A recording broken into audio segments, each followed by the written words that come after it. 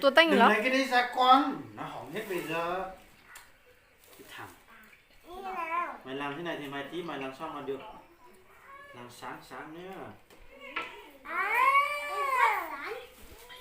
Hiểu chưa? Đừng nghịch cái đấy. 这不怪累多少。 내가 뒤에 저거 내가 누나도 저거네.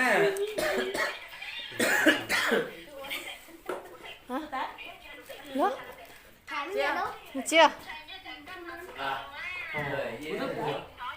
mấy cái đó mà nghe một chế cho nó tung lên cho sao không Tôn này. Đấy, sai sao chưa? Chỉ có hè là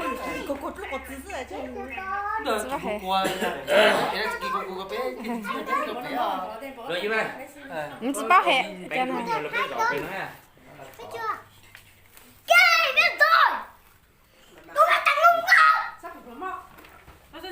này bảo á Nào. tôi đã bánh nó Hai thằng này sắp được bánh ăn rồi còn đánh nhau nữa thì chỉ có đi ra ngoài thôi đấy. hè ít có hè. Nào.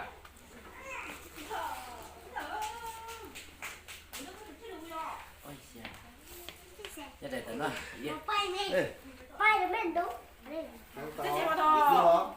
Tê hụi. Chú lú xa hay còn thắt chú rồi. Chú à? Chào bé xin. Nói bảo cái nhất là của chú ảnh cơ bảo. Chán à. Không hỏng đâu. Cái này có nhiều siêu nhân với cả nhiều ô tô lắm luôn đấy.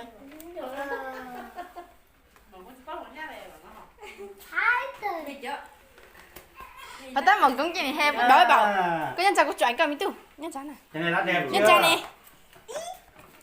Một con ô tô nữa kìa. Cái trái mất rồi. Bia cái chung. Nhất nó này mẹ nhất ở giữa này. Ăn được. Cái tao làm cho bác. Rồi, mang bỏ cái bìa đấy ra. Bỏ cái bìa đấy ra con. Bỏ ăn chưa. Đó. Cái ai nhá nó nhé. Rồi nhà. Rồi, vậy là chúc mừng sinh nhật Gia Bảo nào. Nhất định chú ảnh bảo khoa. Hô. Đúng không? Luôn mẹ. Đây tập Paramen với cả siêu nhân. Cắn luôn ấy, từ số 6 xuống không? Có cắn từ số 6 xuống không? À từ từ đã, từ từ đã. Chưa được. Hả? Cái này mình tao trong nhà. Hả? Sao cái mình đó. Rồi, anh bảo về đây để mẹ chụp ảnh cho con chúc mừng sinh nhật 6 tuổi nhá. Sang năm là đi học lớp 1 rồi đấy. Quay tập một kia quay. kìa mua gì chung nhà mua gì cho mua cho bảo kia Tao à? Đây, được chưa? mua này bảo mua gì cho bảo đi cho bảo này Đấy, sinh nhật ăn bảo đấy. bảo miếng Mày miếng mua chỉ kia bảo miếng cho anh xem này. đi với đi nhớ lắm Đấy. bảo sẽ bảo Nói không? Này, để bố chăm Nhật thính rất lưu lệ. 6 tuổi này nhá. Nè tôi muốn tắt tị. Đừng thổi con một tí mới thổi. Là ở tủ, chúng ở tủ họ lắm. Ở tủ nên đi à? Xem xa xa thôi. Không được cả. Đấy, được rồi. Chúng ở tủ nên đi của họ là hú.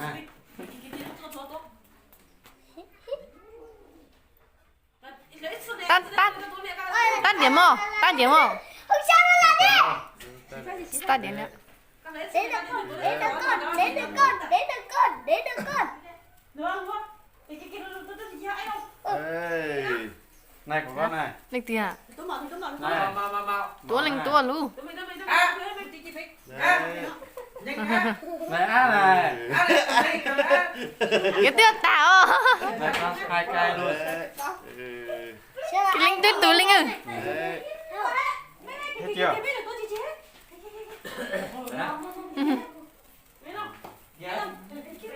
Đây, mình này. Cái linh ơi. Một cái hết rồi, có một cái chưa hết. Ha ha ha ha ha. 근데 좀 뭐 듣는 데 있어야 딱 맞고. Này, Nó bỏ luôn luôn nè. Bên đấy cứ là cái đồ cho bên đấy là bỏ mà thuần nến xuống tới tỏ. Này. Này có ăn này, sang hết rồi, nhanh lên, nhanh lên, nhanh lên. Nhanh lên. Chồng Chồng vừa. Chia cho con này. Tại. Tụi luôn luôn đấy. Mua tụi luôn nha con đấy. Đây. Một cái hết rồi. Ba cái. Ôi, ba cái hết rồi. Tại vì tôi tập của cái này tôi bỏ rất là nằm mỏ này. Chịu quá. Tí bông. Đùa, một tí nó nhiên này này. Bông. Cái đi. Con chân Cái vào. này chế cho mình tại chỗ này. Cái nào? Cái này chế cho mình tại chỗ này. Này con này. Ok. Wow. Này. Đừng có cho vào bánh Ôi, nha. tắt Cầm bóng xe đi ra. cơ. Đứa con bánh à. Tắt bóng đi cơ. Thả luôn. Ôi, nhanh thế nhỉ. Đấy. Ngay cái con bò. Đừng có cho vào bánh nha. Luôn. Này. Ui, đấy.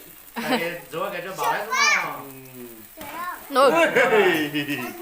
Thấy chưa? Mấy từ chân cái à? Tả luôn. Đấy. Đấy, để cha đi. Để cho cả cũng để à? Hả? Đấy. Tút tao à? Ta nào hủ, tập lên nào hủ, tập lên à. Đấy. Tao cắt bánh Nến đi. đi con, thổi nến đi. Ồ, chúc mừng sinh nhật Gia Bảo nhá. Đấy. Này, Ôi. cần một kiếm thôi. Đây để bố cắt cho con nhá. Đây, cắm cho bánh mình sinh nhật nhá. Cần gì mà mày thế? Ơi được rồi. Sự.